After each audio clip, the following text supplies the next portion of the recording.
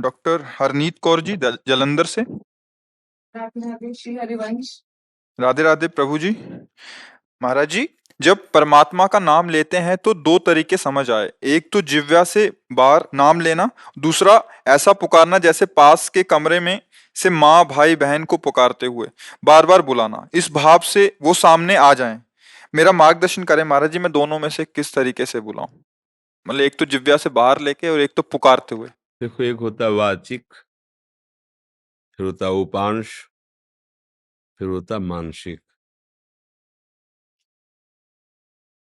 परा पश्यंती मध्यमा वैखरी, ये वाणी है। जो हम बोल रहे हैं वैखरी वाणी है।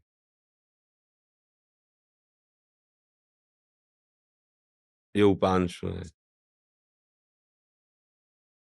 चल रहा है। ये मानसिक है,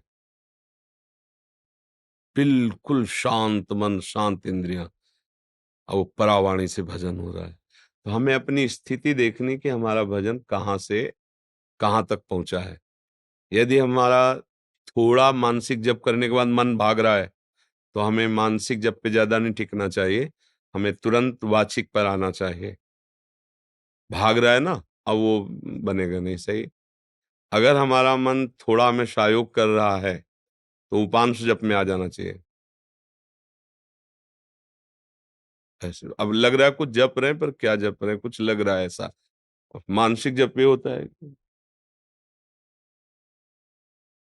सामने मंत्र है, कान में सुनाई दे रहा है, आंख में एक एक अक्षर जमा हुआ है, और अंदर से परावाणी से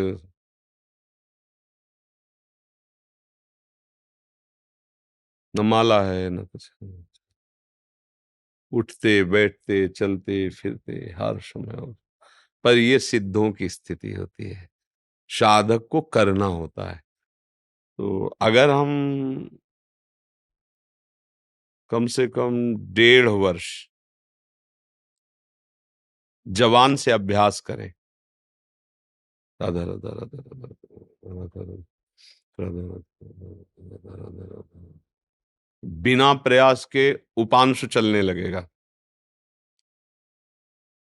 और अगर हम और कुछ समय उपांश का अभ्यास करें, तो फिर मानसिक में स्थिति आने लगेगी। पर इतना करने में बीच में जो यात्रा बहुत घबराहट की है। जब पाप नष्ट होते हैं तो जलन पैदा होती है, नाना प्रकार के जो जिंदगी में कभी भी झगड़ा द्वेष अपमान हुआ होगा सब याद आएगा। सब जो पाप किए हैं वो सब सामने आए, क्योंकि भस्म होगा ना। और उस समय साधक को टिक पाना बड़ा कठिन होता है। अच्छा, जो कमजोरी रही वो तुम्हारे सामने उपस्थित हो जाएगी। जैसे आप काम, क्रोध, लोभ, मोह, मद, वही तुम्हें दबाना शुरू कर देगा, क्योंकि अब युद्ध शुरू हो गया ना। नाम अब विजय करवाएगा ना, तो नाम न छूटे, उत्साह न टूटे, और आप आगे बढ़ते रहो तो जीत जाओगे। और इसके लिए साधु संग बहुत जरूरी है। जैसे हम कहीं हार रहे हो और कोई हमारा विश्वास नहीं कह दे, जीत गए जीत गए, अरे बस जीत गए, उठा पटक बस पटक, तो उसमें बल आ जाएगा। उसने दिया कुछ नहीं, वाणी से केवल बोला तुम निकल गए, घबराना मत, आप बस आगे निकल गए, आप निकल जाओगे। अरे तुम क्या निकल पाओगे, गए गए, वो निरुत्साहित होकर मर जाएगा। क्यों? उत्साह बढ़ाना। तो संत संग क्या करता है, हमें रोज उत्साह बढ़ाता है भगवत भजन के लिए, भगवत प्राप्ति के लिए। तो हम अपनी स्थिति को देखें कि हमारी स्थिति क्या है।